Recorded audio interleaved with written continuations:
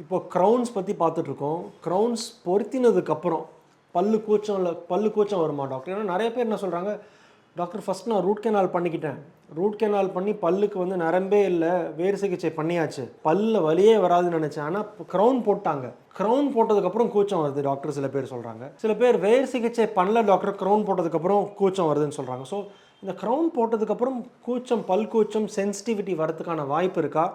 அது வந்துச்சுன்னா அதுக்கோட காரணம் என்ன, அதுக்குள்ள தீர்வு என்னன்னு இந்த வீடியோவில் பார்க்க போகிறோம்.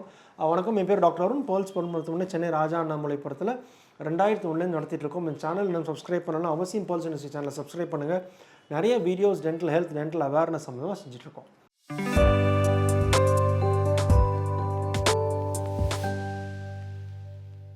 க்ரௌன் போட்டதுக்கப்புறம் பல் கூச்சம் வருமா அப்படின்னா, சிம்பிள் ஆன்சர் சொன்னால் க்ரௌன் போட்டதுக்கப்புறம் பல் கூச்சம் வரக்கூடாது. டெம்ப்ரவரி சென்சிட்டிவிட்டி இருக்கலாம். அப்படின்னா என்ன, போட்ட ஒரு சில நாள், ஒரு 2 நாள் 3 நாள் அந்த ப்ரொசீஜரோட டிஸ்கம்ஃபர்ட்னால ஒரு ட்ரீட்மெண்ட் பண்ணியிருக்கோம், அந்த ட்ரீட்மெண்ட்டோட ப்ரொசீஜரோட டிஸ்கம்ஃபர்ட்னால 2-3 நாள் இருக்கலாம்.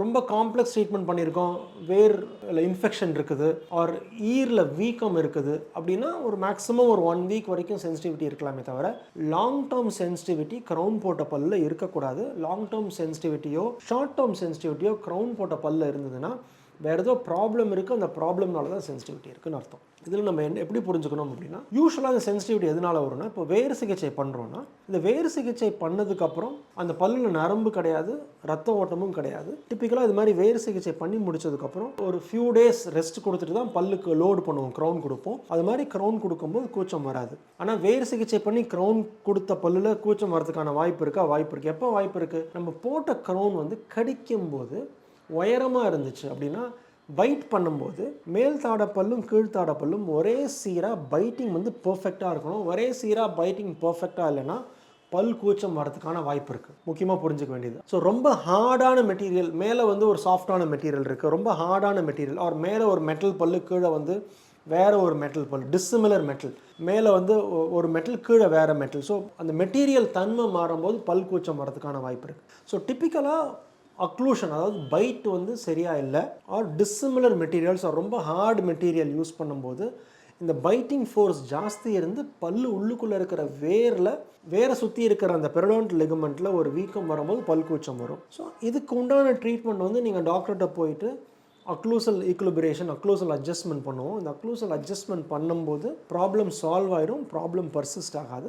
க்ரௌன் பண்ணும்போதே மேலே பல்ல வேறு ஏதாவது மெட்டீரியலில் க்ரௌன் இருந்ததுன்னா அதுக்கு ஏற்ற மாதிரி மெட்டீரியலில் தான் க்ரௌன் போடணும். ஸோ அந்த ப்ராப்ளம் யூஸ்வலாக வராது. ஒரு kind of sensitivity post crown போடணும்னாலே பல்லுக்கு வேறு சிகிச்சை பண்ணணும்னு அவசியம் கிடையாது. பல்லுக்கு வேறு சிகிச்சை பண்ணாமல் பிரிட்ஜ் போட முடியும். அப்படின்னா என்ன, இம்ப்ளான்ட் ஏதோ ஒரு காரணத்தினால பண்ண முடியல, பக்கத்து 2 பல்லை குறைச்சி பிரிட்ஜ் போடுறோம் அப்படின்னா அந்த பல்லுக்கு வேறு சிகிச்சை பண்ணாமல், வேறு சிகிச்சை பண்ண வேண்டாம். வேறு சிகிச்சை பண்ணாமையே பல்லுக்கு வந்து க்ரௌன் கொடுக்க முடியும். வென்னியர்ஸ் பண்ணுறோம் அப்படின்னா வேறு சிகிச்சை இல்லாமையே பல்லுக்கு வந்து வென்னியர்ஸ் பண்ண முடியும். ஸோ ட்ரீட்மெண்ட் வந்து வேறு சிகிச்சை பண்ணணும்னு அவசியம் கிடையாது. ஸோ இது மாதிரி வேறு சிகிச்சை பண்ணாமல் நம்ம ட்ரீட்மெண்ட் பண்ணும்போது முக்கியமாக என்ன கவனிக்க வேண்டியதுன்னா, பல்லுக்கு டிஃப்ரெண்ட் லேயர் இருக்குது இல்லை, எனாமல் இருக்குது, டென்டின் இருக்குது, உள்ளுக்குள்ளே இருக்கிற பேர் பல்ப். இந்த எனாமல் டென்டின் அந்த ஜங்ஷனாக இருக்கணும், டென்டின்குள்ளே போகும்போது அந்த பல்லுக்கு வந்து நம்ம சரியான முறையில் ப்ரிப்பரேஷன், நம்ம என்ன ஹேண்ட் பீஸ் யூஸ் பண்ணுறோம், பர் எப்படி யூஸ் பண்ணுறோம், புதுசான புது பர்ரா, எவ்வளோ வாட்டர் கூலண்ட் யூஸ் பண்ணுறோம், இது வந்து ரொம்ப முக்கியம். ட்ரீட்மெண்ட் முடிஞ்சதுக்கப்புறம் பல்லுக்கு டெம்பரரி க்ரௌன் கொடுக்குறோமா, டெம்பரரி க்ரௌன் என்ன மெட்டீரியலில் கொடுக்குறோம், ரொம்ப ரொம்ப முக்கியம். ஸோ பல்லு ப்ரிப்பேர் பண்ணும்போது அதுக்கு உண்டான என்னெல்லாம் ஸ்டெப்ஸ் எடுக்கணுமோ அதெல்லாம் ஸ்டெப்ஸ் எடுக்கணும். பல்லுக்கு டெம்பரரி க்ரௌன் கொடுக்கணும். டெம்பரரி க்ரௌன் என்ன மாதிரி சிமெண்ட் வச்சா இந்த பல்லுக்கு வந்து கூச்சம் இல்லாமல் இருக்குமோ அந்த மாதிரி சிமெண்ட் யூஸ் பண்ணணும். இது ரொம்ப இம்பார்ட்டன்ட். அந்த ஃபைனல் க்ரௌன் ஃபிக்ஸ் பண்ணும்போது அதுக்கு என்ன ஸ்டெப்ஸ் எடுக்கணும், கூச்சம் வராமல் இருக்கும், அந்த ஸ்டெப்ஸ்லாம் எடுத்துகிட்டு ஃபிக்ஸ் பண்ணணும். ஃபிக்ஸ் பண்ணால் தான் ஃபைனல் க்ரௌன்ஸ் கொடுத்ததுக்கப்புறம் கூச்சம் வராமல் இருக்கும். வென்னியர்ஸ்க்கும் அதே தான். நான் சொன்ன மாதிரி டெம்பரரி 1 or 2 days சென்சிட்டிவிட்டி இருக்கலாம். அந்த டெம்பரரி சென்சிட்டிவிட்டி 1 or 2 days சரியாயிடணும்.